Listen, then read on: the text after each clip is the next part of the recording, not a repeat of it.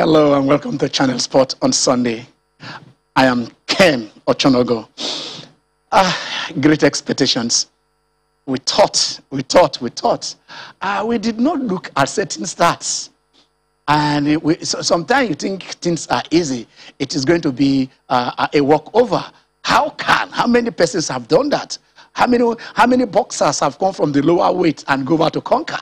How many? You can just count them. They are not up to 3, just 2 of them. Evander Holyfield and David Hayes are the only ones who conquered the cruiserweight division and still went up to say, I am the world champion. Usyk, Alexander Usyk. Is it Alexander or Alexander? Or, you know, even the name, when you write it out, when you spell it, when you pronounce it, Alexander, Alex is Alex. That is Alexander. And from Ukraine, of course. When you remember the Hamas, the Klitschko brothers, they are from the Ukraine. But in all that, we said no. What, you know, how can lightning strike twice? How can? When Joshua fought Louis, we said that was a fat boy, that was a round boy, that was an you know, he is not. In fact, he was not in shape. But then he knocked Joshua out. So he would at the rematch, Joshua did say yes. He fought from a distance, used his reach, used his height, used all he had to get what he wanted, and took back his title. But this time it was not to be. So going into the Usyk fight, we said, oh, this is a walkover. The main fight has to be the fight against either Deontay Wilder or Tyson Fury. Who is Usyk? It has happened to Nigeria before. At the World Cup in '98, my guys in the house will remember. We were to play Denmark, but we said no. Our target is to beat Brazil. And before we got to Brazil, the hurdle became too high. We couldn't cross. And then that was how, you know, we got stopped. Muhammad Ali then was to fight. He has lined up fights. Ken Norton, he has lined up Joe Frazier. He wanted to fight them. Oh, this young man, Leon Speak, who just came out from the Olympics. And then he stopped Muhammad Ali. And people said, wow, great upsets in boxing. But what we witnessed yesterday, Joshua didn't come to the fight. He didn't come to the table. Is it because there is going to be that particular rematch clause that is already there? Because when he lost, you know, to Louis and then Louis Jr. and for the rematch, he pocketed £46 million. Was it the money? Would he have gone to this fight, trimming down his weight and everything, and just go there without the no-show? I don't know. But as we speak, he is no longer the WBA, the IBF, the IBA world champion, because the new man is Alexander Usyk. 350 amateur fights he had. He lost only 15, which meant he won 335 fights. You might look at his 19 fights or 18 fights before Joshua and say, who is he? Who is Oleg? He has done the job. He has prepared at the amateur level. Of course, Olympic gold medalist, same as Anthony Joshua. We shall talk that story, but this story was not what I thought how we were going to start it with. I thought we were going to start with celebration. I didn't know this is how it was going to be. But it is, Muhammad Ali said the mark of a great man is not in falling, but in how many times he gets up, when he keeps falling. But each time he falls, did he rise? And to what occasion? Will Joshua rise again and take back what we believe rightfully belongs to him? Because Omo Nigerian, he's a Nigerian boy. Okpe is in the house. Okpe, how are you? Thanks for having me, Ken. Yeah, you know, I told you that all through last week, instead of the fight about Usyk, it was more about Tyson Fury, giving Tyson Fury a call, returning the call. So I would just face what is in front of you. But I still had that belief that, of course, Joshua would take him out. Until yesterday, I just started having this feeling of this playback of why am I feeling like this in Las Vegas? And I just thought, it's not going to happen. And because of that, I didn't watch that match. It was when I was coming, I opened our WhatsApp chat and I even saw I just had that feeling and I didn't watch it. Oh, well, you would have called me now. You know I believe in these your intuitions. But then I went there hopefully. This will happen. Okay. Today also, you know, I will be looking at football. We'll be looking at football. We'll at football, the female football. We're looking at because A few days back, you know, there was a festival of football in Nigeria. International teams came in for the Aisha Buhari Cup. And then in next week also, maybe starting over in a few days' time also, there will be the Betsy Obaseki Cup, which is the wife of the Edo State Governor, where they'll be having that championship. But in between, we're celebrating the girl child, we're celebrating our daughters, we're doing our sisters and our mothers. And there is no, more befitting time to do so than now, because we want to see if we can hook up to Benin. I want to see if we can hook up to Benin and meet, a special Nigerian, because before the Super Eagles went to the World Cup in 1994, the female team were there in 1991. They've gone into, they've been representing us at the World Cup, marking the present. And it is not always you meet somebody who is from a footballing family. It's not always you meet a footballer who is educated. It's not always you meet a footballer who has captained the national team. It is not always you have somebody who says, yes, I am a coach now, I'm qualified. Not just educated, but I'm educated to a certain level. He won the African Championship 3 times. He has been at the World Cup, represented Nigeria 4 times at the World Cup. 91, 95, 1999, 2003. He was the first captain of the Super Falcons. And the lorry, it is sometimes you count it, that you ask yourself, where do you want to start from? I want to see, because I want to have him, and if I have her, and if possible also, somebody will join us soon, and we'll look at the Afro Basket Championship taking place right there in Cameroon, where Nigeria is going for back to back to back. But right now, it is an honor and a privilege. Let us go straight to Benin and see if we have Nkiru Okosieme from the Okosieme footballing family, if it's live there. Hello, Nkiru, how are you? I'm fine, thank you. How are you? Yes, I'm fine. Nkiru, it's been long. It's been quite long. And to see you smiling, I don't know where to start from in discussing with you, because there are so many sides to Nkiru. Your father was one of the greatest footballers of all time. Your father kept for Rangers International. Won the leg with Rangers, the FA Cup with Rangers. Your father kept for Benin Vipers, who became the Bendel Insurance. It was an icon. Your elder brother, Ndubisi, who will forget Ndubisi when he's at the wings? You know, you must say Ryan Giggs, not the wings. He was doing it there. I don't know. And then let me tell you this. Of course, you know all that, but there is something you don't know. Your elder brother, we call him Nnamdi Okosieme. The first day I was on Channels Television, I was here with your brother. That was on 29th February in 2004. So I think I have this connectivity with you. Yes, I can see Femi is also there ready. But Femi, hold on. Let's continue with Nkiru. We shall come to you. Nkiru, you guys, let us look at this from this angle. Like I said, I've not talked about your family, who's a footballing family. Sometimes we see boys playing. We have this Dubani family, there are Tuegus and all that. But when you took to football, was it because you watched your father play, or because you watch your brother play? Well, it was more like something everybody did. My dad played, he would bring balls home, and we would get to watch the balls for Bender Insurance then. So after watching the balls, of course, we take 1 or 2 outside with the boys, and then we start kicking. So everybody played in the streets, everybody played in the house. It was just a passion and love for everybody. So that's how I started playing, and that's how NBC started playing. Nnamdi also played, but he wasn't really good. So he didn't play. So, but the rest of us played. Was it because of his height? That was why he couldn't play. He could be long legs, you know. Legs were too long, so he was the odd one out. He was the odd one out. Okay, so you started football, you started playing for the family, you saw your father play, you watch Insurance, and then that is the thing, and you took it on there. So how did that develop to you playing it, doing so well?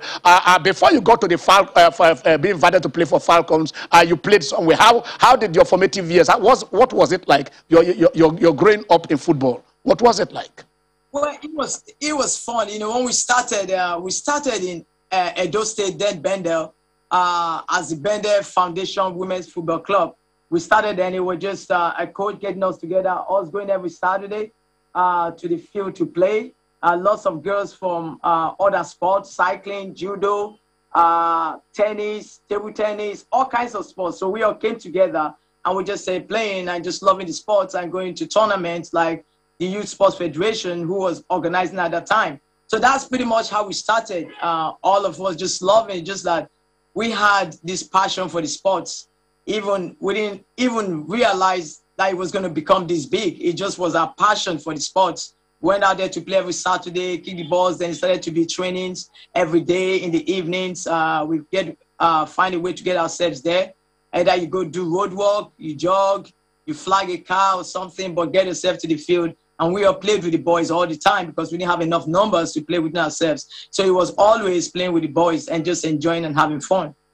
Always playing with the boys. Now I like that because probably that way you would have honed your trade. By the time you are now playing with the girls, I mean, you know that yes, if I can tackle if I can tackle this, what is this one? Okay, so I get that. That's the mindset.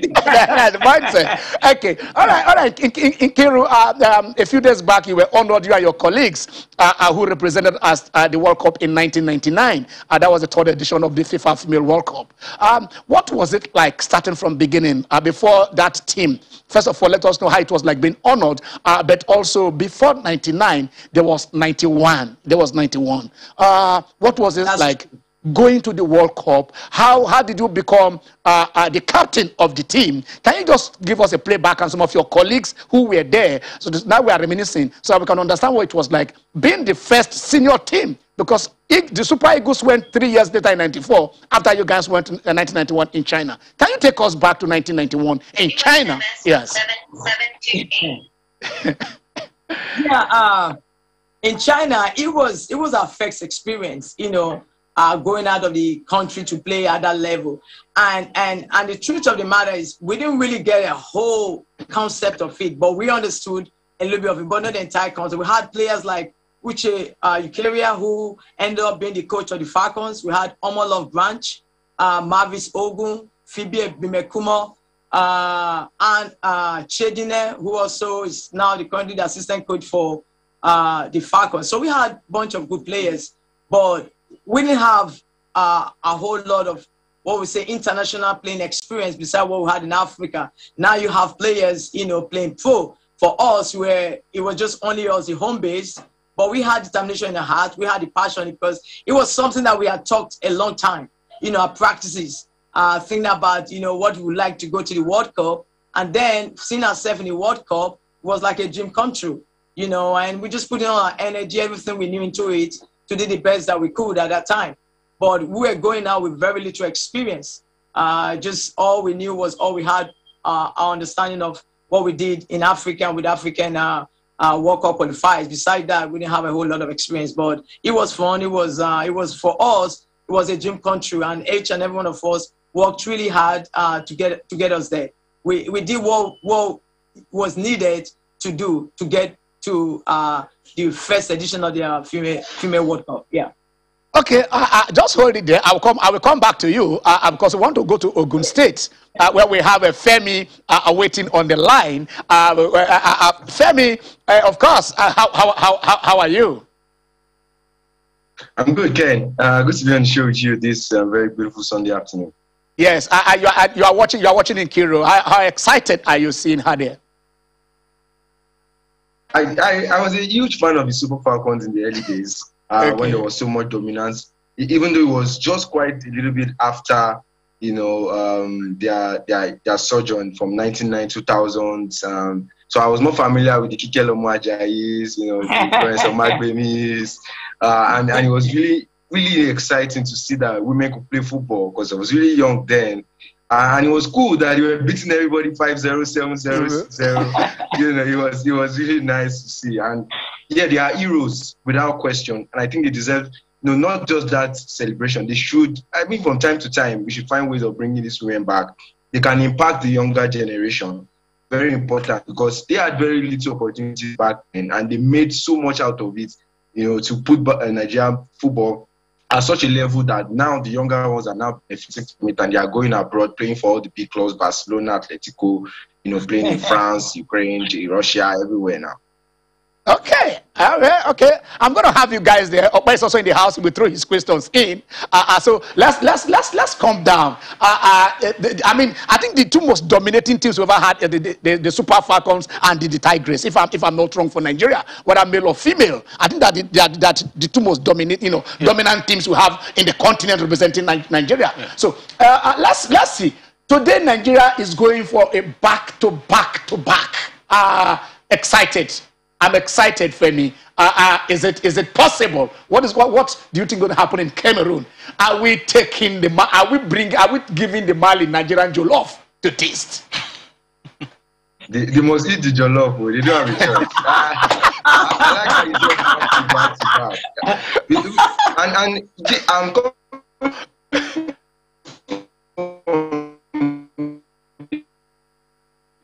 and by 1 point.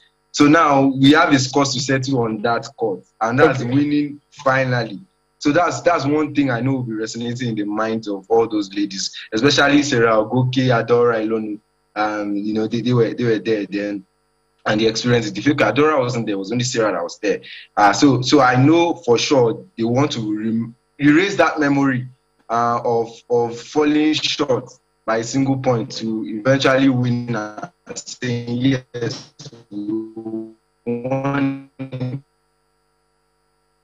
Okay.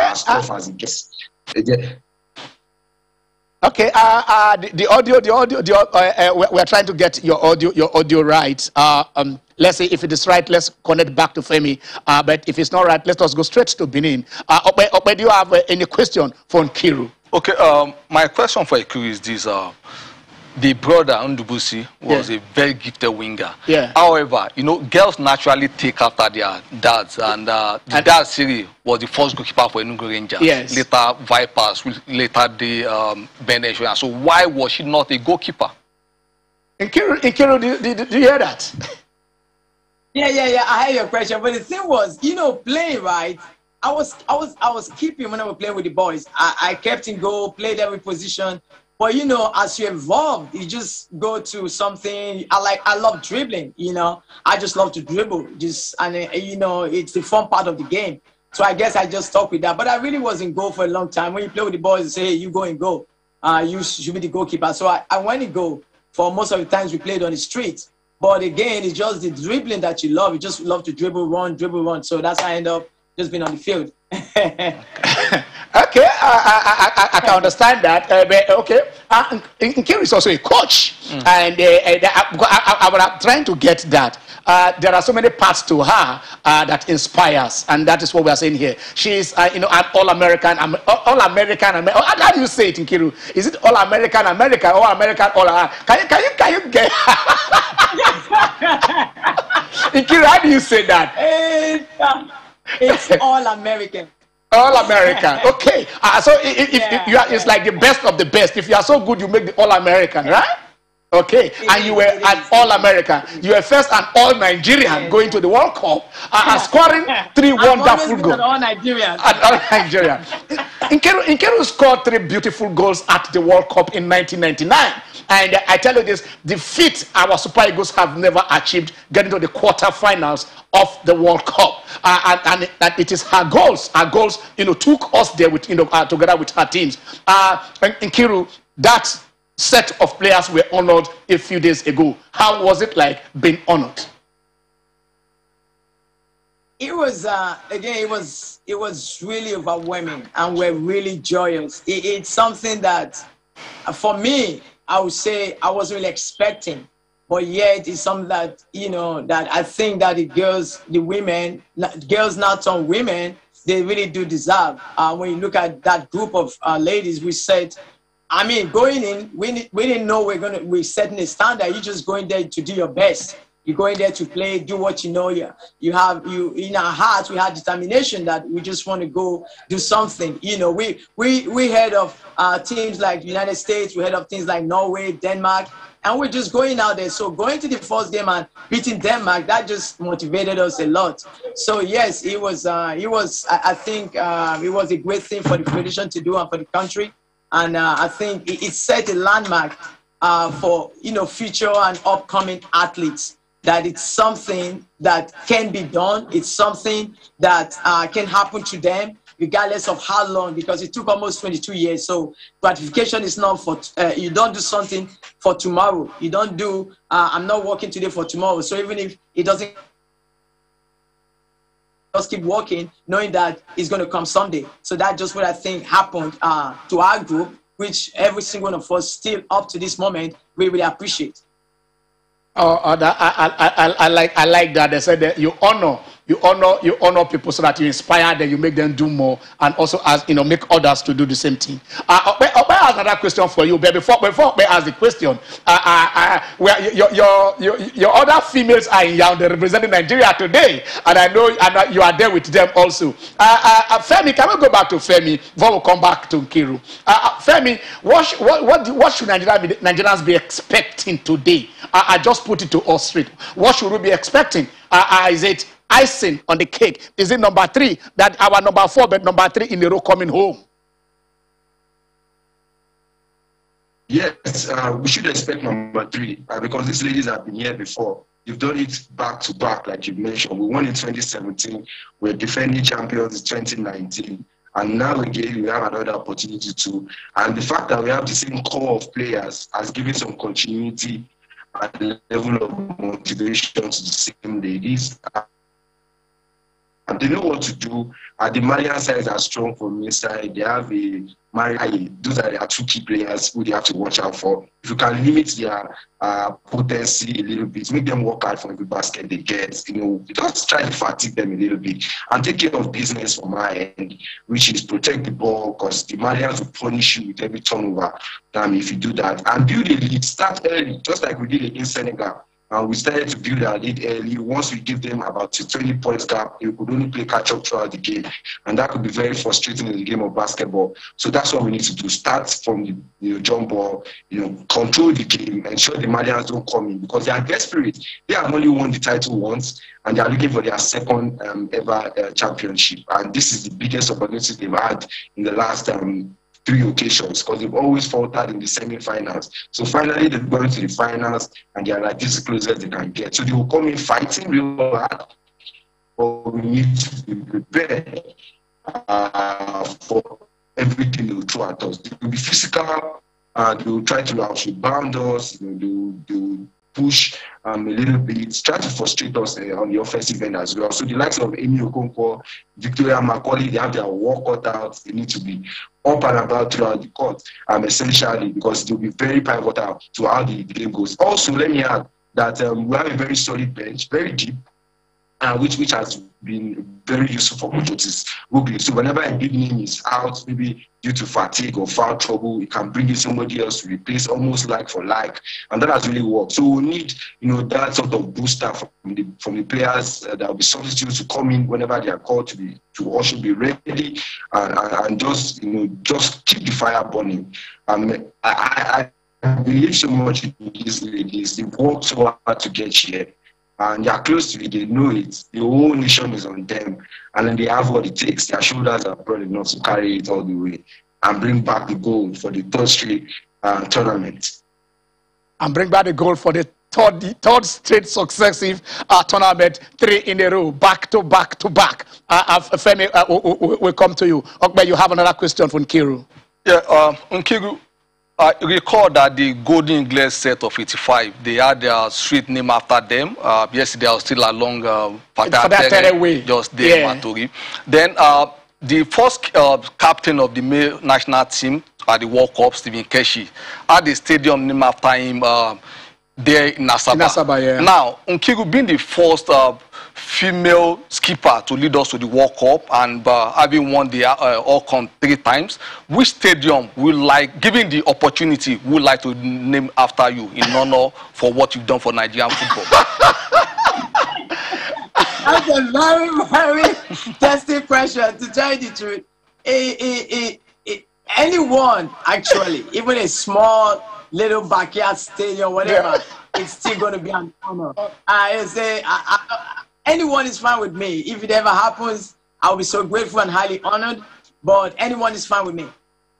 Okay. Anyone is fine with that. You get it soon. I mean, they are listening. Edo State is listening. The federal government is listening. And then in Kiru, let's before, because let us look at it before we go. How were you able to marry education and football, a BSc in infotech, masters, in health and performances? How do you how does, is it opportunities? Is it a chance? Is it dedication? How were you able to marry education and football and excel in both? Now you also have an A license in coaching, by the U.S. Soccer Federation. I mean, how do you add? We want our girls to follow your footsteps. What should they do to get to do what achieve what Nkiru has achieved and be the next Nkiru? I think everyone can do it. It's just prioritizing what is necessary at that time. It's just you having the direction in your mind, saying, okay, I just finished my secondary, I want to go to higher education. How am I going to combine both of them? And you can combine it today. For example, United States, we call them student athletes. You can do that. You can combine your studies and play your sports. It's just giving the time, just devoting time to do it. It's not that difficult, study, go to field. When I was at Clinton State, I used to wake up early as sometimes 6 o'clock. I go do my workout. I have 8 o'clock classes, go to 8 o'clock classes. After your classes, we have time, we go to practice sometime around 5 in the evening. Finish our practices, go take your shower. Then you go to your study room, you go to study hours. After your study hour, do some stuff, you go to bed, you do all of that. So if you just have to have a good discipline to say, I want to achieve this, because if you set your mind to achieve something, you will achieve it. All right. You just have to set your mind to say, I'll do this. We want to do it. So we want to go on a very short break. So just take some water and wait, because our viewers are waiting. They are going nowhere. Stay with us, Femi, and stay with us in Nkiru. We'll be back right soon. Okay, you're welcome back. I tested Channel Sport on Sunday, and we are having fun celebrating those. They say you honor those who deserve to be honored, and one of them right there is the first ever captain of the Super Falcons, who took us to the first ever World Cup. Our first captain to the World Cup in 1991. 1991 till now. But that's how many years ago? 30? 30 years. That is 30 years. 30 years in 2021. Oh, wow. That's a long time, 30 years. I remember when Nigeria was celebrating 30 years independence anniversary, I said, we are now old. 30 years. In Kiru, you don't look in that 30 years ago. You were a captain. I don't know. You are looking like under 30 now, not at 30 to the ball you were playing in 1991. Okay, maybe because you are in healthcare. But then I want us to people can channel, kind of take this discussion back to the Nigerian child. I would say, maybe you are lucky that your family also loved education. You and your siblings are all educated. Probably your father laid emphasis on that. Maybe you tell us that. But the challenges what are the challenges that the Nigerian female footballer faces? What were the challenges you guys faced?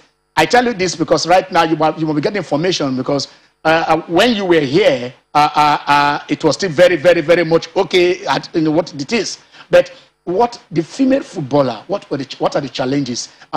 You are licensed with our U.S. Soccer Federation with Georgia, and then also you've been coaching for 5 years. You were with Clayton University, coaching the under-14s. But let's start from home first. What the average Nigerian girl child, who wants to play football? What are the challenges before her?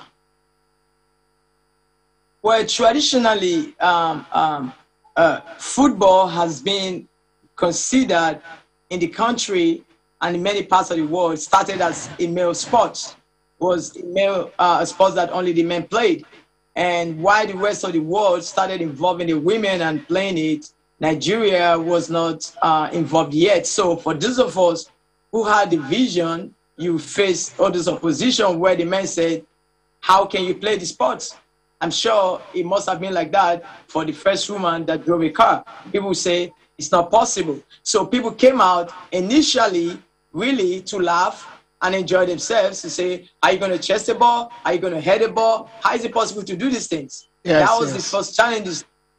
Within families, you face those challenges to say, you're not playing. You go play handball, go play, go run or do track and field or something, because football was something that was considered primarily for the men. So that's your first opposition. You enter in a sport that everybody thinks only the men should play. So now the task is, how are you going to convince them that the women should also play the sports? And the only way that you can do that is by being excellent in doing that. You have to show that you can excel even more than the men to get that acceptance. And that's what we did. So in a sense, a lot of the barriers have been broken, but there's still barriers. Still, I'm sure there are many men today who still think that the women shouldn't participate in sports.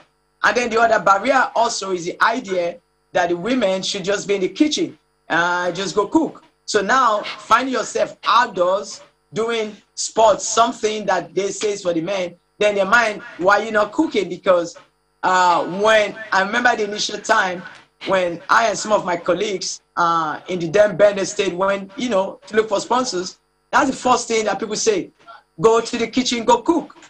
Go cook. So that's another barrier, the idea that you just meant to be in the kitchen. A woman, can be more than that. You could be a medical doctor, still cook in your kitchen. Just same way you could be a professional footballer and still have time to cook in your kitchen. So it's not saying that we actually tend to put the girl child in a box. And that box is what limits her. They try to determine what she can or cannot do.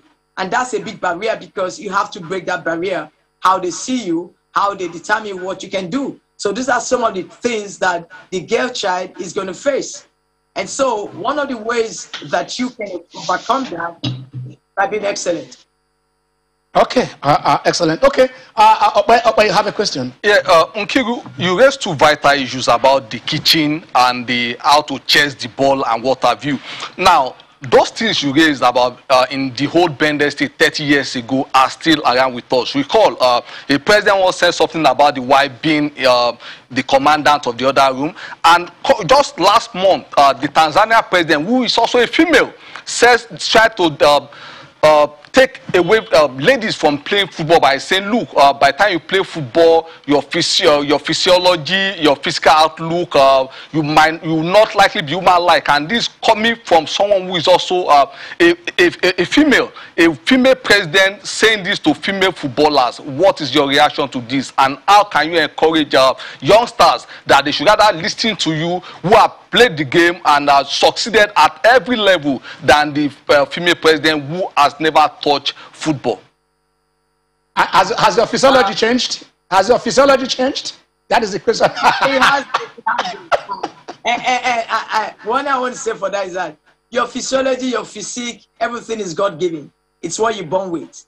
Except you're going to go to surgery and anything, that's not going to change. But then I will point people, look at the ladies at this at the award, how they look. We laugh about it. We had people who were like very skinny and tiny, and now they blossom, they're looking good. Just look at the ladies. If everybody would look at the award night and look at how the ladies looked, did their physiology change? It didn't. A lot of us blossomed, because that's what happens. For football, for any athlete, you have to have a certain kind of athletic physique to enable you play it. If not, you're going to be down with injuries. But when you're done playing, your body's just going to go the natural way again. It's going to blossom. It's going to be good. It's not going to change. You're able to do anything. What you have internally, it doesn't really change because of what you're doing externally. You see, so that's the mentality. She just needs to be educated a little bit, and maybe go back to the video that we just had this award night. That should be how will I say, a focal point for a lot of people. And look at the ladies and go back about 22 years and look at us before and look at us now. You could see we just only got better. We just got better and better. They look more beautiful, more robust, they blossom better, and they do better. So we have, in statistics, we say we have the data to show that what she just said is not true, because we are 22 years after. And so you could look at every single one of them and see, and then you know for sure that that's not true. It took 22 years for them to see what they see now that you're showing right now. That's after 22 years. And these ladies are here. People like Nkechiegbe, one of the ladies, she has 4 kids. Anna Gumanu, same thing, and a lot of others. So that is not true. We have seen and we're able to say now. Maybe when we started playing in 91, a lot of people could make that argument. But now, 30 years later, 22 years later, you can't make that argument. So that's just, that's been brushed off. That is brushed off. I mean, nailed. Pictures don't lie, unless they are photoshopped. But that is a live feed. Those are live feeds, so they are not photoshopped. Okay, let's go to Femi. Femi, how are you still there? Is Femi still there? Yeah, I'm here. Okay, all right. Okay, Femi. Coach Femi, how will you be tinkering that team against Mali? You've told us the dangers that will be coming from Mali. Mali, scraping by just 1 point against the host team to enter the final. That must be Herculean. But then, so what do you think our coach is thinking as at now to say, oh, look, we're on a winning streak at the Ocon. How many matches have we got now unbeaten? I think we're apart tournament. No, apart from tournament, the matches itself, 20-something matches or so. Yeah, okay. I've lost count of the number. Okay. I won't stop paying attention. Okay, since we started this ride, we haven't lost at all on the continent. Since Afro Basket in 2017. 17. Okay. So that's So if you add that up together plus the qualifiers which we played on the continent as well. It's almost close to 30 now. The exact number, I haven't. Don't worry, we'll get it. Close to 30. I know you will get it. So, any tinkering? Is it the same starting 5, or what should we be looking forward to when the final kicks off today? Pretty much the same thing. Like they say, if you ain't broken, don't fix it. We've done well with the girls that have started so far, so good. Izini has been great. Victoria Macaulay has been fantastic. Our captain, Adora Elonu, has been super.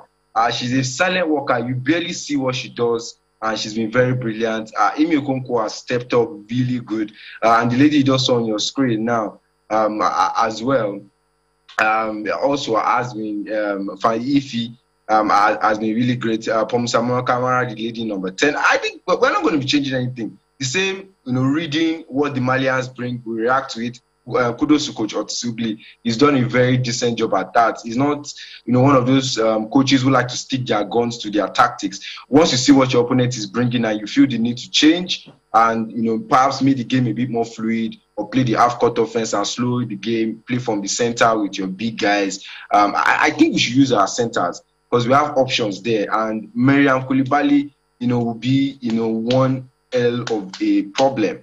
She's the leading rebounder of the tournament. She knows how to use her body and size well. She's also good on the pick and roll. So if we can get her into some foul trouble very early so she can sit down on the bench, that will give us a very good open window. And the likes of Ife, Victoria are very good offensively from inside. They can exploit, all of those holes that the Malians might open up if we have someone like that out of the game temporarily, because I think she's a huge, huge threat. For us, I think defense has been our focal point. We've been excellent. I can't even, ask for more from the ladies today, except, other than just keep your head up. Please don't get into foul trouble early and just maintain the pressure, put on the pressure, lead as early as possible. Because these ladies will fight, but once you give yourself that breathing space, you can always adjust and make amends, for errors that will come. It's going to be very feisty. Let's be honest. It will be a very close final, I think, in my opinion. But I know we have the resolve, we have the experience, both on the sideline and on the court, to get this one out. I see us getting a victory at the end of the day, no matter how close it eventually runs to. Okay, I also we also have, if I can add this, am I permitted? We also have the momentum. Do we have it? We have it. We have it Perfectly. Perfectly. We have the momentum on our side. And it's not just this tournament, Ken. It's off the previous tournaments, even the Olympics, the build up to the Olympics. Every team wants to beat us. They're scared, and they know. If you listen to the commentators, you listen to even the body language of some of the opposing coaches, they're like, man, Nigeria is a force. If you follow them on social media, there's no stopping them. They are the WNBA. One of the coaches said they are the WNBA of Africa. Wow. And you can imagine coming from an opposing coach. That's how much intimidation we have sent into the spine of these people. And just because of the consistency the D Tigers have gathered in the last couple of years, dating back to 2015, in this same gym in Cameroon, we're finally back to redeem that lost title, which we didn't win there.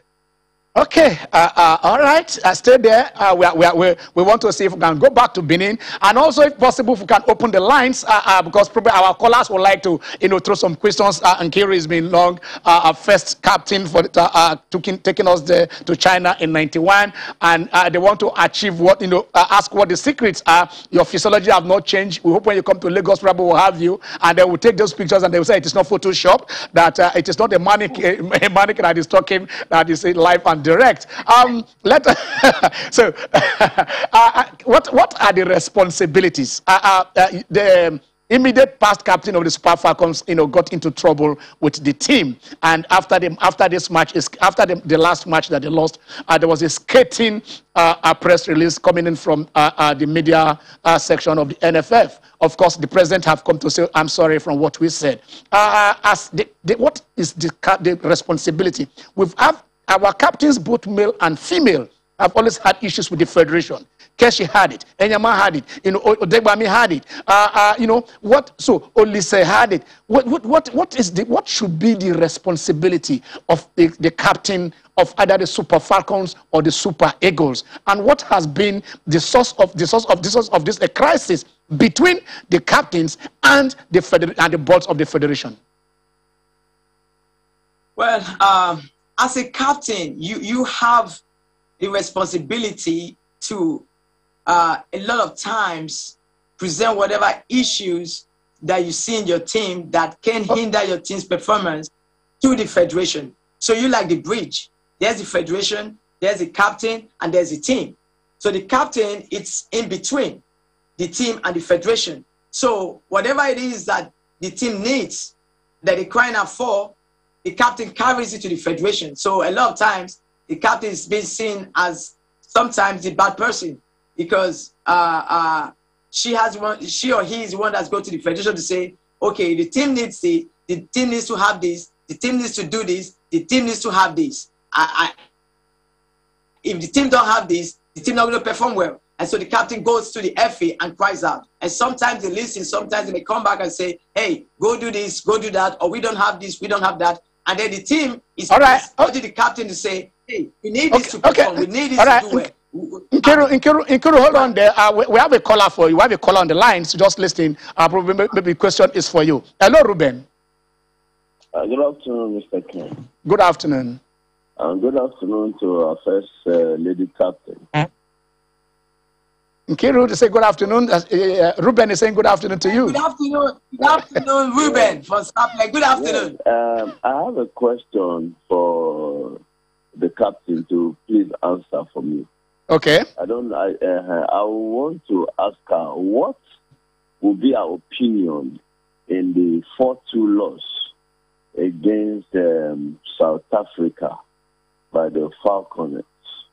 Okay. We think that the rest of the African female teams are catching up with us, or is there something technically wrong in the pattern we played, or what exactly did she notice, or and what like you were asking her in her growing up days how she started playing football.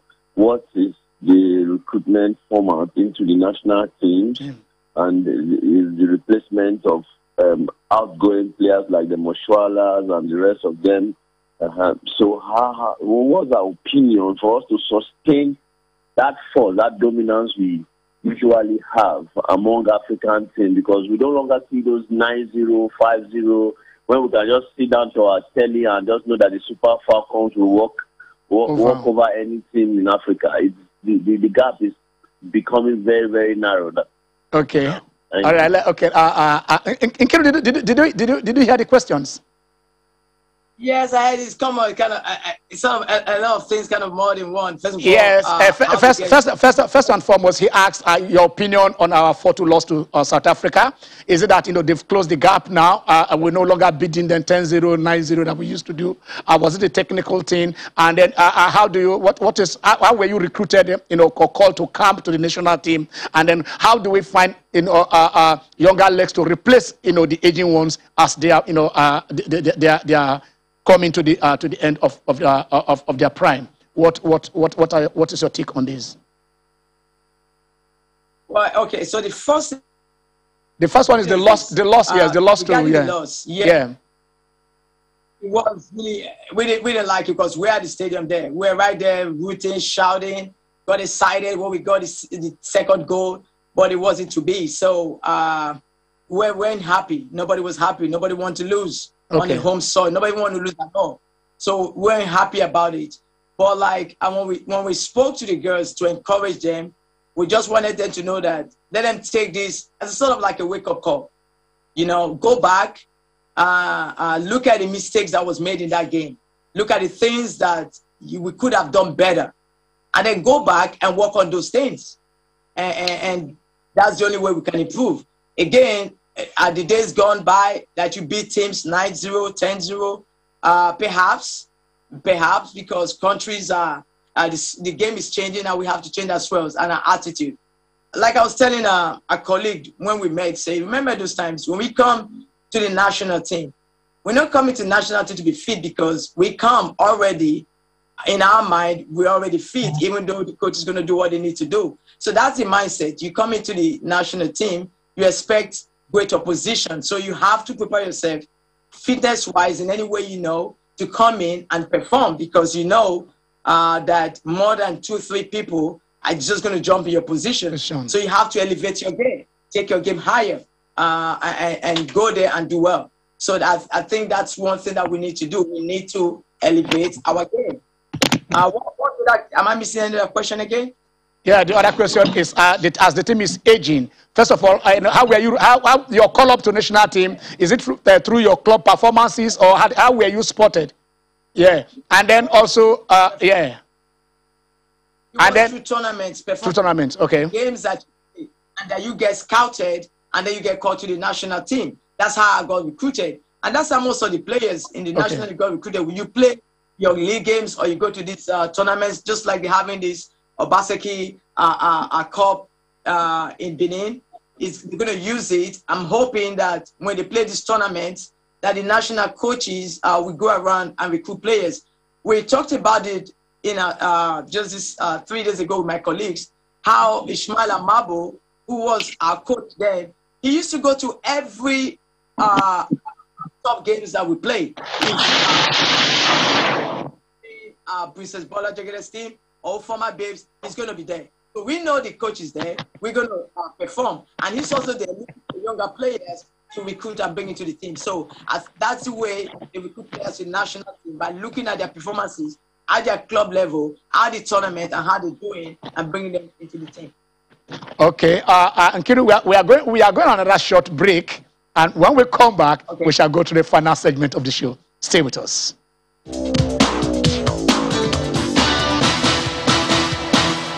All right, you're welcome back. We're still having this very, very deep discussion, insightful discussion with Nkiru Okoseme. Like we said, the first captain Nigeria, the Super Falcons to the World Cup in 1991 in China, and that was the first ever edition of FIFA Women World Cup. We've been there from the very beginning, and I hope someday we shall go beyond that quarterfinal and get to the semi-final, or even did what Japan did by winning it.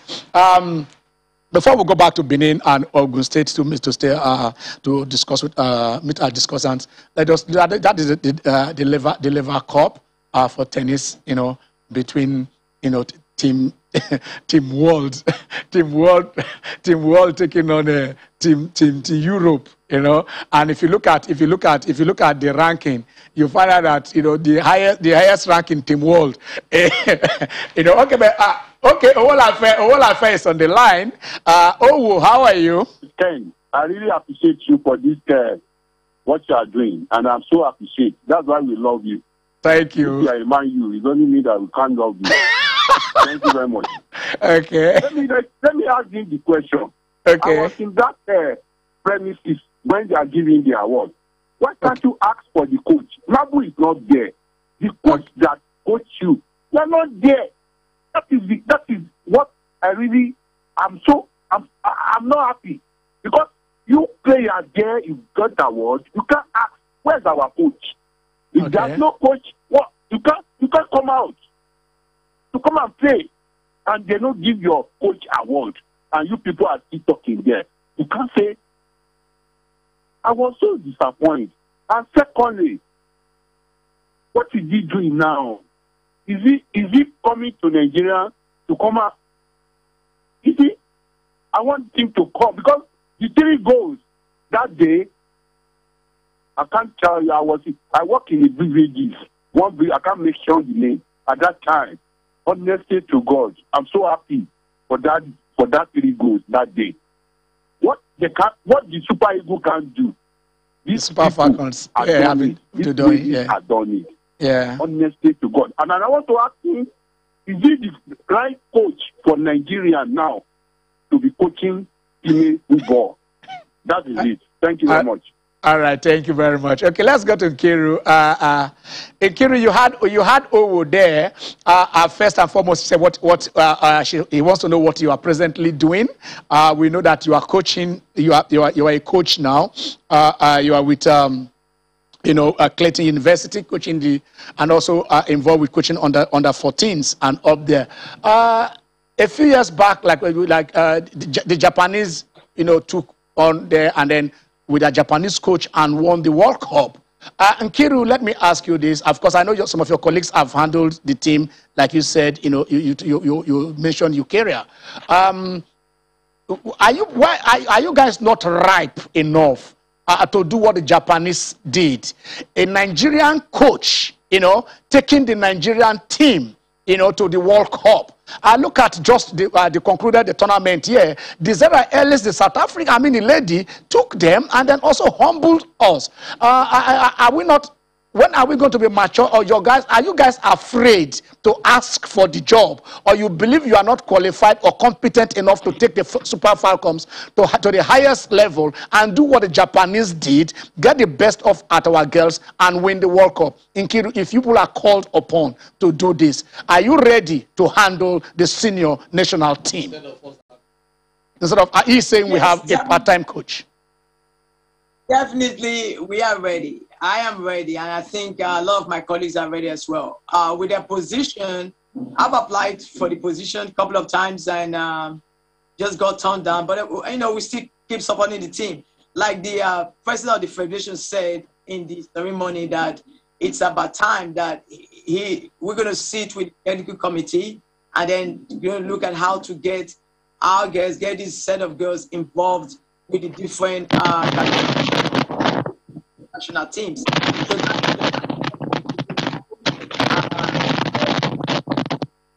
He's going to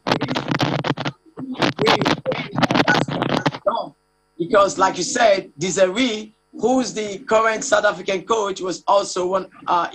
We played against them, and I know must have told her team. Like I said, we demolished South Africa. She must have gone to tell her team, yes, these Super Falcons are boasting about this. It's time for us to go back and get our revenge. But yes, back to your question. I think we're ready. Yeah. We have who've done their coaching courses, who have experiences at different levels, and I think that we're ready to take this team to the next level. Okay, we have Kayode trying to reach us from Kano. Oh, okay. We lost Kai. Kai is please. We're sorry. If it is possible, try and call back. But you just had. She's saying, okay, that is what it is. Of course, I know you are briefly, you came briefly into the country, so it is not, I don't know if you can assess, the current state of female football, club-wise. You mentioned former babes, you mentioned Princess Jegede babes, there was, so the flying babes, in your time when you girls were playing. How do you rate club football then and club football now? And I know that the other question I asked you about the role of the captain of the team.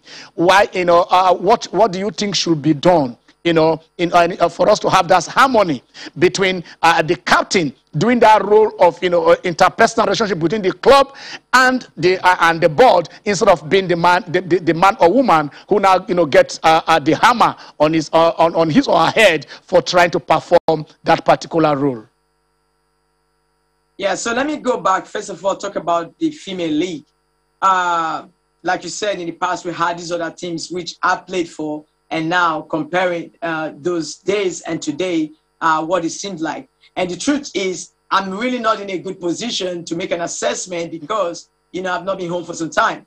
But this brief period I've been home, I talked to my colleagues, Selam Bacho, Rita Wadike, and a whole lot of them who are here to say, you coaching, Rita Wadike is coaching, assistant coach for the Rivers Angel, who I think should be the head coach. I've been played for Rivers Angel for more than 10, 15 years.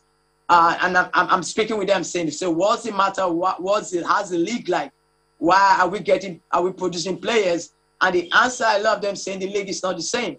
Matches are not being played. It's not, they schedule 8 games. You end up playing 5 games. The schedule, it's not like in those days that, hey, we have a game here, we're going to Lagos, we go to Lagos and we play the game.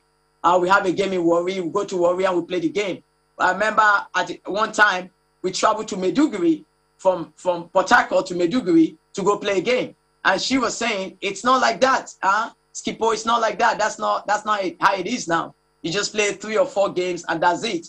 And they just give you league winners. So definitely we need to do something to up the league, because it is the league that produces the players. All the players, Florence Omagwemi, myself, Judy Chime, and the rest of them, Patience Avre, it was the league that produced us.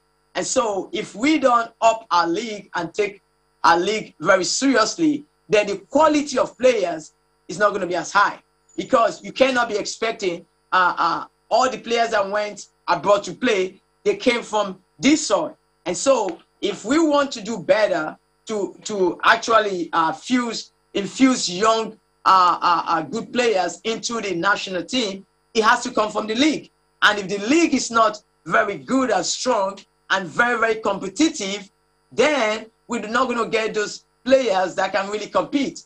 People talking about having a gap now being closed, the gap is closing up between Nigeria and the rest of the other African countries. A lot has to do with the league. A lot has to do with the competition. So I'm very, very happy that, first of all, the First Lady introduced that tournament within African countries, because within the female